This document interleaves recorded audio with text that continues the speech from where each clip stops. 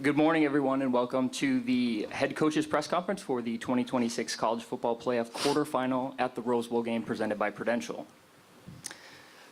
Today's press conference will start with opening statements by both coaches, followed by questions. If you have a question, please raise your hand. We have mic runners on both sides of the room. If you are called on, please state your name and outlet before asking your question. After we finish the questions, we will have a photo opportunity with both head coaches and the Leishman Trophy.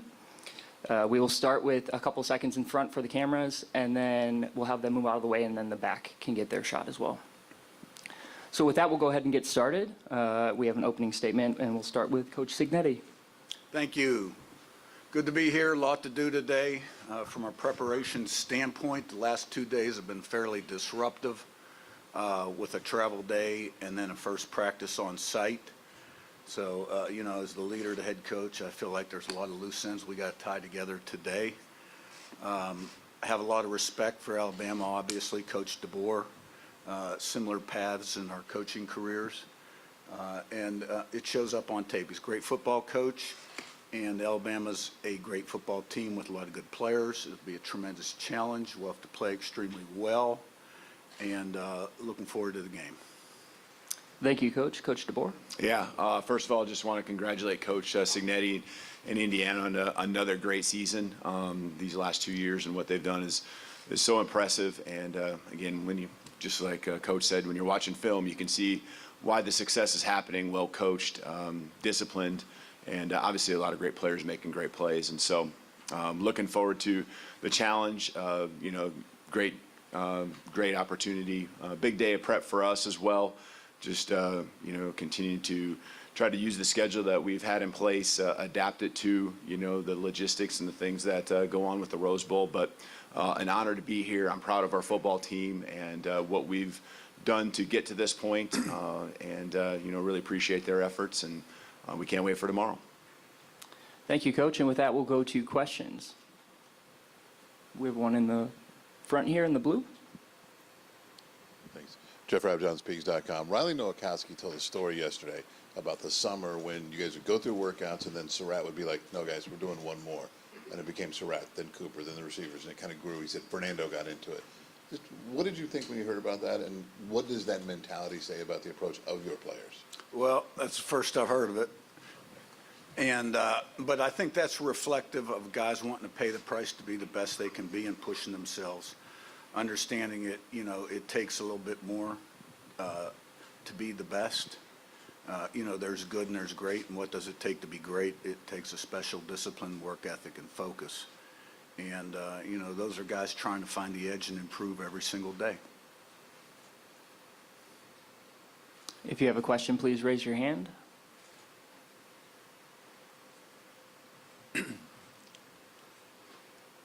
We have one here on our left in the blue shirt. Hello. Scott Doctorman with The Athletic. Both of you came up through the smaller school ranks as head coaches. What did you learn on those experiences, and how do you apply that now to both the success that you're enjoying in your current roles, but also in how you build a team and build a cohesiveness with the players and staff? Go ahead. Well, I think, first of all, you have an appreciation for the resources and the things you have when you get to these levels of college football and these experiences. But I think that when you're putting it together, and you're so hands-on and wearing all the different hats that come along with being a small college football coach, not even just a head coach.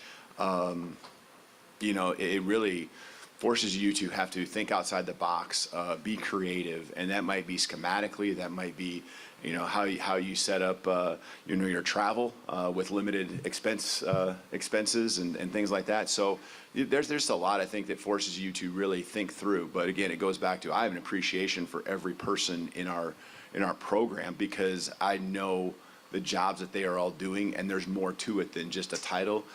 They're working behind the scenes, and now it just comes down to managing the volume of the staff that you have, and making sure that everyone is aligned and heading the same direction. But I think the small college opportunity, not near as many people watching. There's a lot of mistakes that I made at the small college level that you learn from, and that you continue to apply as you go through, and I've been fortunate to have had 4 head coaches that I coached for after being a head coach myself, that allowed me to take a little bit bits and pieces of what they did and add it to what I thought could continue to help me as I became a head coach again. Yeah, we were both small college head coaches. Our routes in career paths were a little different. And there's about 5 or 6 of us out there nationally that, I've followed for a while. In my particular situation, I had 28 years as an FBS assistant. 23 years old, I'm coaching at Rice, which back then was in the Southwest Conference. We played SMU before they got the death penalty. You played Texas A&M with those people every week. And then, when I went to D2, I'd come from Alabama, obviously. So for me, it was a chance to be the leader. And like Coach said, get the mistakes out of the way and improve your craft every year. But having never been at that level also, it was a culture shock. When you're dressing in the shower up at Clarion and for game day, and many other things, playing in the playoffs and universities shut down, and you're taking the garbage out before the staff meeting and waxing the staff table. Or maybe the university's changing their internet system and you don't have access to game tape until Tuesday of a Wednesday game. But it was a valuable experience, no question about it. And it was also, my parents were living there, my wife's parents were there, my wife's mother. And, but every move that I made after I left Alabama prepared me for this moment. And also prepared me for the changes that have taken place in college football since I was an assistant coach. That's where the recruiting coordinator experience came into play. All right, we have a question in the second row. Curt, you talk often, Tom Brew, Roundtable Sports, you talk often about being so process-driven and such, and I know when we talked the day after the Big Ten championship game, you had a plan sort of already in place for how 25 days would play out until tomorrow. How good do you feel about how that process went for these past 24 days, and if there was anything you would have changed, what that might have been? Yeah, well, so Monday was our travel day, which was a Wednesday practice. So, as soon as we found out who our opponent was, after Alabama and Oklahoma played, the next day was a Sunday. So in my mind, every day then was Sunday, Monday, Tuesday in terms of our routine, right? So our travel day really was a Wednesday. Up until that day, I really liked where we were. I didn't think we had a great practice the travel day because, we had to move everything up. And the players, on a travel day, they're used to having a walkthrough. And then we got here, and all the bowls, I'm going to call this a bowl, since we changed locations early. We've never had a great practice, first day on site, ever, right? And it wasn't a horrible practice, but didn't meet the standard. So that's why I feel the sense of urgency, to get it right today, and to get everybody thinking, the way we want them to think. We have a question on the left side here, third row. Yeah, Adam Rittenberg with ESPN. Curt, in talking to your coaches yesterday about what it's like to evaluate players with you, I'm wondering, when did your philosophy on what mattered in personnel kind of come to you, and how validating is it to see that approach working as well as it has for your program? Yeah, I think, you always learn from your mistakes, or you better, or you're not going to be around. And when I first got the job as a recruiting coordinator and a coach for Johnny Majors, his second time around at Pitt, we probably took too many chances on potential. But we were in a position where we didn't have much either. We didn't have resources. We didn't have facilities. Those things mattered back then. We didn't have a lot to sell. And those were the kind of guys we got. And a lot of them didn't pan out, and we had a lot of problems. And then, at NC State, we were in a little different situation. And then at Alabama, I think that part of it with Coach Saban, the ankle, knee, hip flexibility, position-specific criteria, toughness at all positions, what were the fatal flaws. I think that helped me a lot too. And then you just get better at it the more you evaluate, right? And then, when you become the head coach, like at D2, I watched every guy, right? I kind of did the board. Christmas holiday, everything's shut down, coaches are off. I'm in there watching all the guys, right? Ranking them. Just repetitions of mother learning, and you get better and better at it. And, once you become kind of the CEO and your stamp is on it, you want to be invested on who you bring through the door, coaches and players. You want to put the final stamp on them. All right, we're going to stay on the left side here. Kyle Bonneger with ESPN. Curt, you mentioned some of the distractions the team went through, leading up to this game. What are some tweaks you could envision that would help limit those in the future and kind of as this playoff format evolves? Well, I think it changes next year. I don't know for certain. I've been told it does. The contract, college football playoff. Hey, I mean, let's face it. This playoff game. It's a football game, right? And I think both teams would like to be able to kind of go through their routine and process like they do for every football game, and not have this disruption. But it is what it is, and we made the best of it, and we both had to go through it. And I think next year, if I'm not mistaken, the contract reads a little different. We're going to go to the middle here, about halfway back. Nick Kelly with AL.com. Question for Coach DeBoer. Coach Cignetti was talking about practice yesterday. What was your assessment about how the guys did in that first practice, kind of after all the travel? Yeah, I thought there was good energy, and that's what I really look for. There was stress and communication and just all of that. And I thought they came with the right intention. Doesn't mean it was perfectly crisp. That's why you practice, and just always trying to get better. And so continue to refine the game plan and pay attention to the details. I had guys in this morning, already asking about certain things, just trying to make sure that they're completely on the same page with what we're trying to do. And so, I have an appreciation for our players and the intentions they have. And so, we got to take the next step today. We talk about the hours leading up to kickoff, and yesterday would have been about 48 hours out, and we know how important those 48 hours, whether it's preparation, on the football field or the nutrition, the sleep, and all of that. And so just all these guys doing the best they can to make sure that they're ready to go tomorrow. We're going to stay in the middle here in the green. Hi, Lane Higgins from the Wall Street Journal. This one is for you, Coach Cignetti. You've mentioned many, many times that you look for hip, ankle, and knee mobility in players, and I'm curious why that's so important to you. And it sounds like you got that maybe from Coach Saban, and why was that something that you decided to carry on from your time at Alabama? Yeah, well, it's a start-stop game, and you got to have those for change of direction, but you also need those to create explosive power. So, it's a game of speed, quickness, and explosive power, and you need those things to generate that.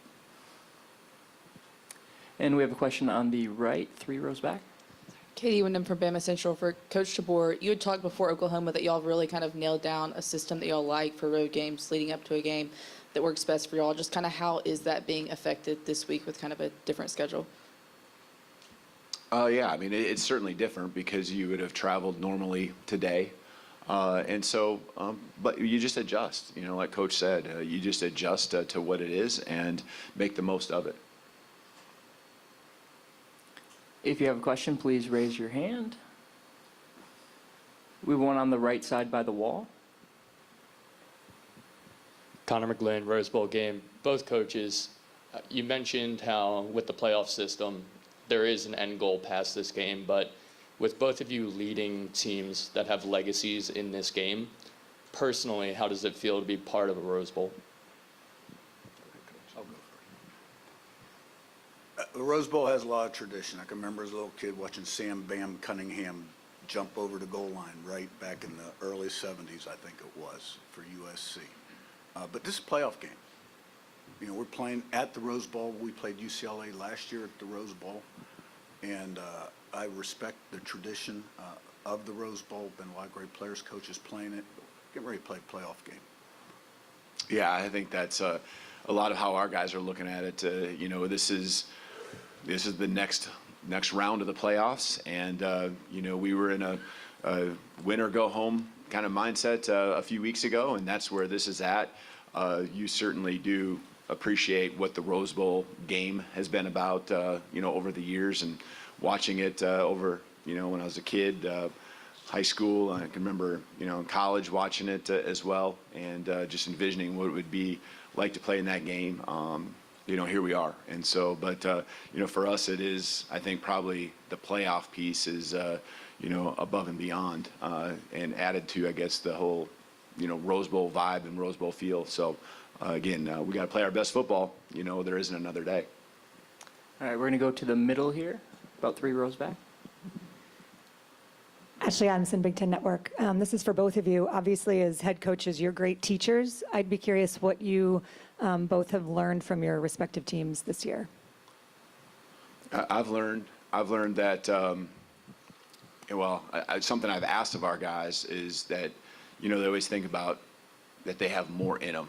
And we went back to really the second week, and different things, quotes or whatever it was, and just really a mindset that you got more in you. You can practice and bring more. And, I always relate that to me too. I got more in me. And, I think our team really took that on. And whether it's the effort that they give in practice, because nowadays you can track that. You can track it with GPSs and such. And, us seeing that we got more in us. We're stronger now physically than we were at any other time during the year.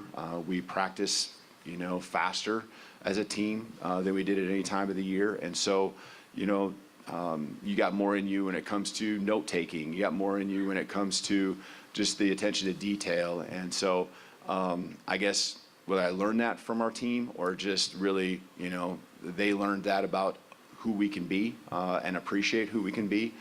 That's what I love about the journey we've been on as a football team. And there's been some highs and lows. We got some games where we came up short, and just really getting back to the basics that we got more in us, and what we control moving forward is our attitude, and that's helped us get over the hurdles, get over the humps, and continue on to get to the point where we're at today. What I learned about this team is they have a lot of character, a lot of heart, and they're extremely close. All right, we have a question along the wall. Hey, Curt, Pete DePremio, IU Athletics. With Mike Shanahan, what was it about him? What attributes did he have that made you want to hire him in the first place? And then how has he evolved as an offensive coordinator? Yeah, well, I think Mike was with me only my last year at IUP, which would have been 16. He had been a graduate assistant at Pitt the year before, maybe 2 years. Was a good player at Pitt. And I needed a receiver guy, and it was technically a part-time position, so it probably only paid like $10,000. So it's not like there's a lot of candidates. I think the other candidate was from Johns Hopkins. And I knew Mike. He was a Western PA guy, and he came in for the interview and he was nervous. And but a lot of the other coaches had name familiarity. His father had played basketball at IUP. A lot of people thought highly of him in the Western PA area, and so we hired Mike, and he did a good job, did a really good job. And I was working closely with the offense as well at that year. And when Elon called and I decided to take that job, he was the first guy I took, and Haynes was the second call. And then Mike just progressed every single year. So when I went to Elon, I hired a coordinator, Drew Fulmer. And then when I went to JMU, I hired Shane Montgomery. And then year 3, I made a change. And Mike wanted to be the coordinator. He'd been with me by that time, maybe 6 years. Normally, I'd gone outside and hired a quarterback guy to be my coordinator. And that was my intention when the job was open. And he came to me, and he had a really good friend, Tino Sinceri, that was Sark's right-hand man at Alabama. And I had spent the whole year, I think that was COVID year, in the fall watching Alabama's offense and liked what they were doing throwing the ball and felt like we needed some new ideas. When that came together, that allowed me to hire Mike at that time as the coordinator, because I'm still heavily involved offensively. And we had a good quarterback guy, and we had some new ideas, and Mike could put it all together. And Mike's just gotten better every single year, where, he's very capable of going and taking it and running with it at any level, anywhere, and I feel very fortunate to have him. We have a question on the left side in the middle. Coach Cignetti, Chris Hagan, Fox 59, Indianapolis. You've stacked one success upon another year after year after year, and then you went into great detail of what you've had to do the past 3.5 weeks. Is that just the nature of the beast, given this profession nowadays? You can literally never stop and smell the roses? You get a few minutes maybe after the game in the coach's room or when you go home for home games, and then you get the summer. You get about 3.5 weeks in the summer. I take a little time, take about a week after the old traditional signing date in February. But it's a grind, and you got to love the process. And that includes being organized and detailed and where, for me, I'm a football guy. And I'm thankful that my athletic director, Scott Dolson, structures it so I can focus on football and not all the other stuff. And I'm also thankful that Pam Whitten, our president, and Scott Dolson provide the funds which you need to be successful in the critical areas of program development. And, I like football, and football is all about recruiting, development, and retention. But I like the X's and O part of it, the strategy, the game day strategy, and putting a team together every year. Those are the things I like. We have time for just a couple more questions. We'll start with the green shirt in the front row here. Seth Tao, the Daily Hoosier. Curt, given the long build-up to this game, this is maybe the big test you've faced as far as your approach to, fighting human nature, blocking out the noise, and keeping everybody locked in. Just how have you approached that challenge the last 3 weeks or so, and how have your guys responded to that messaging? You mean the biggest challenge since the last biggest challenge? Which was the biggest challenge since the last biggest challenge? It's all it is this challenge. Right. So, we had quite a bit of time before we knew who our opponent was after our last game, and which was about 2.5 weeks. So up until that point, we treated that like an off week. It was about 2 weeks. And so, we got a couple practices in, rest, recovery, a lot of weight room work, that kind of thing. We really didn't spend any time on Alabama or Oklahoma. I didn't want to. We made that mistake last year. And player retention was huge, coaches retention, portal evaluation. Once we found out who the opponent was, the next day was Sunday, next day was Monday, and leading up till today. We'll go to the left side here, a couple rows back. Emily Grace McWhorter with Cover Crimson. This is for both of you guys. This time of year, a lot of football has been played, but there's still a lot to go to reach your ultimate goal. How would you guys put to words the grind that takes place on your team, your staff members, that we just don't see as media members? What would you describe that as and put that to words? Okay. One thing I've always tried to do is manage the grind a little bit and be efficient in everything we do. I'm a short practice guy. I want to keep the players fresh, keep them healthy. I'm the same way with the coaches. I'm very cognizant of their family time, their free time. I think everybody needs time to kind of get away and recalibrate. So this business, you gotta love it. My dad told me at a very young age, only go in it if you can't live without it, and I think that was good advice. And but I wouldn't trade it for anything. I couldn't imagine doing anything else. And I think my assistant coaches would say the same thing. And but there is a lot that goes into it. Yeah, I mean, Christmas was better because we were still playing, right? And it comes on you. I didn't even, did a poor job of doing my Christmas shopping for my family. I can tell you that. But I wouldn't have it any other way. And this is what you work all year for. This is what you started in January. For us, January 13th, 14th, and that date, those dates, these were the moments that we were kind of setting our sights on and why we were doing the work. And so now that it's here and that we're in it, we have to remember that and not get caught up in the word grind and love it, make it positive, because that's what it is. And we have, again, a great challenge, but a great opportunity, something that I know we better be excited for. I know we are, and looking forward to. All right, we'll go with the second row here on the right. Tom Brew, Roundtable Sports. Kalen, one of the most difficult things in sports is replacing a legend, and you certainly had to do that at Alabama. But he also has such this aura over Tuscaloosa still, and he's on national TV every week. Can you just talk a little bit about what your conversations with Coach Saban have been like in your time with him in the last couple of years, and what, if anything, you've gained from that or culled from that to keep going forward? Yeah, I think the biggest thing is I have an appreciation for Coach Saban, and it was very easy for me to understand what his take was going to be on it, or how he wanted this to continue on. And just think about it, he put all this time into this program to make it what it is. And to me, the legacy continues when the program continues to grow and improve and be better, even when you're done. And I think that's the way he's always been. When he's there, whenever you need him, I know he has his way with the media and how he's got to handle things, with different teams and such. But I know that he's still rooting for, the Crimson Tide. And, there's a lot of players on our team that he still recruited and brought in, and he cares about them, and just, wants to see them be successful and realize the dreams and the goals that they had when they first committed to coming to Alabama. So,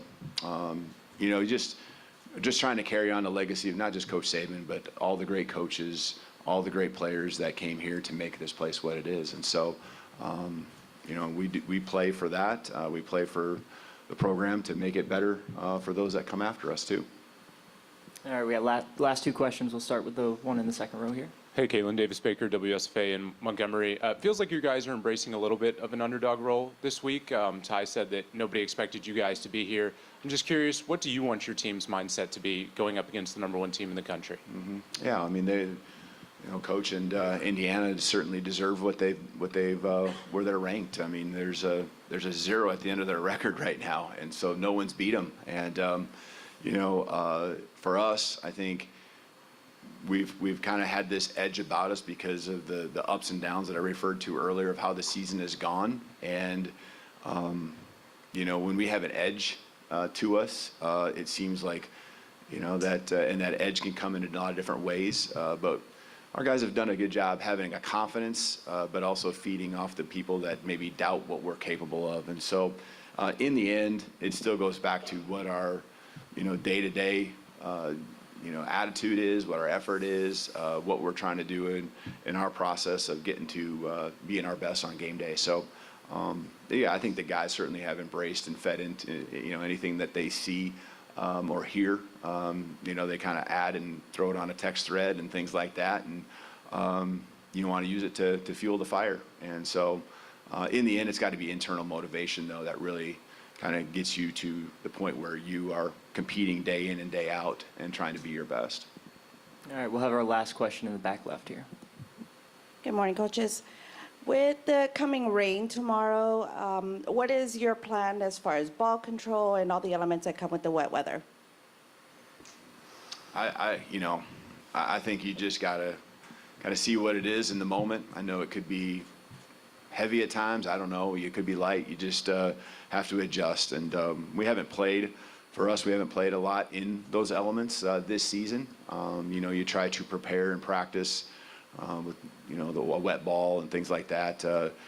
Whether it's snapping the football, catching the football, throwing it, whatever it is. But in the end, we just got to adapt. And we talk about those things. On the staff, whether it's offense or defense, it kind of affects how you go about. But obviously, ball security and turnovers are something that I think everyone would acknowledge would be critical when the factors could be rain like it looks to be.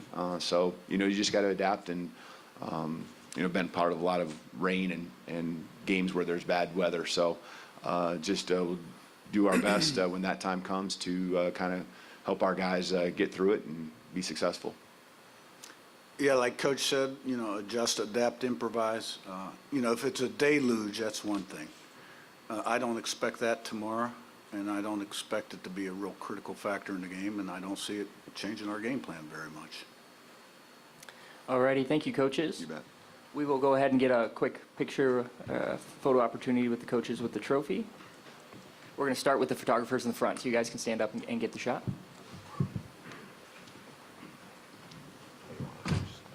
Yeah, maybe a handshake or something.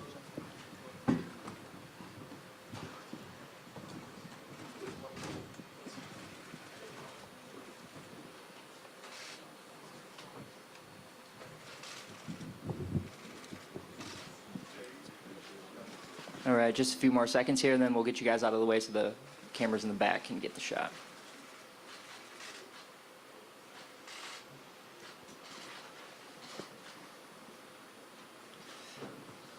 Alrighty, if we can have the photographers move out of the way so the cameras in the back can get the shot.